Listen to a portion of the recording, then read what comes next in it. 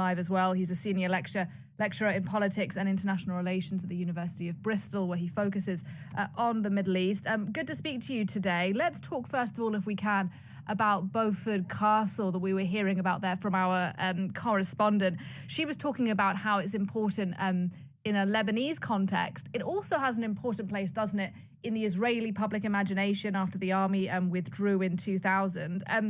Strategically, though, why do you think Israeli generals, the prime minister himself, has made such a big deal of the fact that they have retaken the castle?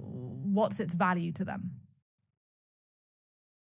I think this is part of a broader process in which the Israeli government and the IDF are expanding and escalating their attacks on Lebanon, and the Beaufort Castle is part of this. As you were saying a minute ago, it has a symbolic value, a rhetorical value in this.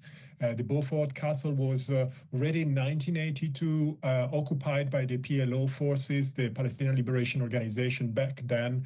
It was then taken over when the Israeli invasion at that point took place by the Israeli forces. And then the Israeli forces were kicked out of it in 2000. Actually, they withdrew in 2000 from southern Lebanon entirely. And at that point, Hezbollah has raised its flags on that castle, basically marking the withdrawal of Israel as a victory and a liberation for Lebanon in Hezbollah's rhetoric, right? So going back to this, to the ruins of this castle, to this monument, is, carries symbolic value as a sort of form of discursive warfare, almost as saying we are back, we are again occupying that territory, and we're coming back to adjust the things that were not solved during the occupation that lasted from 82 up until 2000.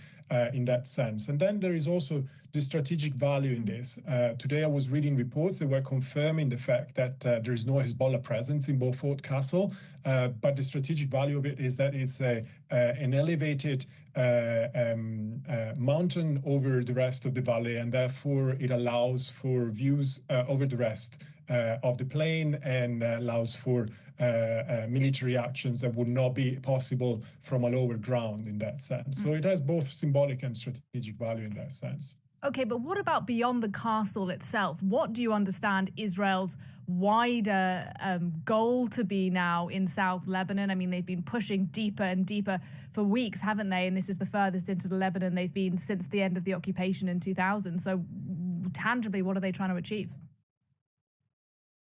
Well, I think there are different factors at play here. At least I can count at least three. One is that as we speak, and for the past few weeks, we saw that there have been attempts between the United States and Iran to find some form of agreement, a deal, a truce, a ceasefire to end the conflict at a regional level. And that means, and Iran has been clear about this, that if that happens, that conflict needs to end also in Lebanon and for Hezbollah. That has probably produced some form of pressure for the Israeli government to try to achieve as many military objectives as possible in the time that is left before such an agreement comes into being.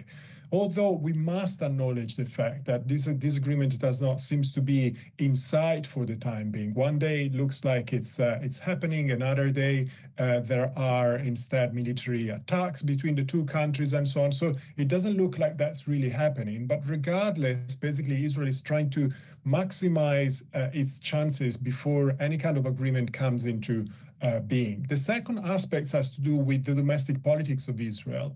We saw that on the occasions in which Hezbollah has killed one IDF soldier in South Lebanon a few days ago, the most extreme right-wing fringes of the Netanyahu's government have called for far greater military action in Lebanon. And Netanyahu has obliged to that request, has basically followed up by expanding its attacks on Lebanon and basically, implementing the policies that those fringes were asking for, and also taking into account that elections are not too far in Israel at this point, meaning that a military achievement in Lebanon is something that will matter politically, also at the domestic level for the Netanyahu's government.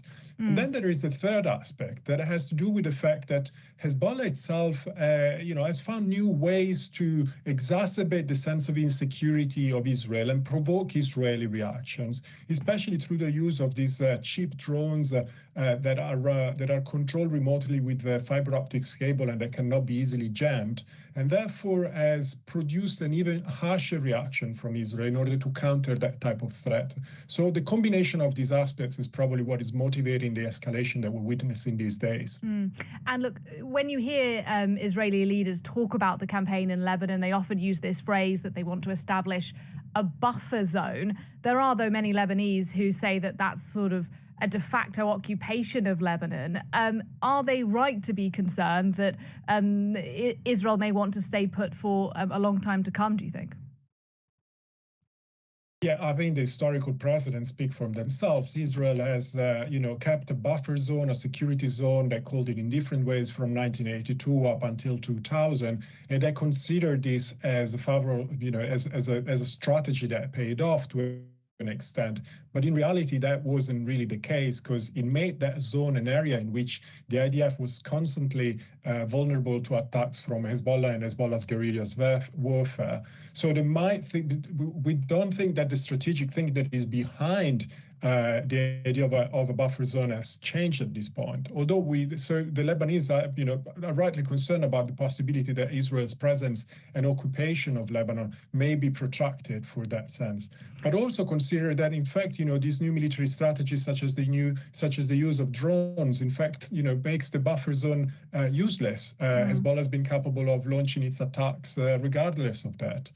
Just a final thought for you on Beirut, because as we were hearing earlier on, Netanyahu has greenlit more attacks then that we are expecting on the southern suburbs at some point relatively soon. Let's talk about the impact of all of this on civilians. Already 1 million people have been displaced in Lebanon. We've seen evidence of double tap strikes, Israelis hitting ambulances, for example, once and then again. It's not just Hezbollah, is it, that's being impacted, being killed here. Civilians are absolutely being killed as well.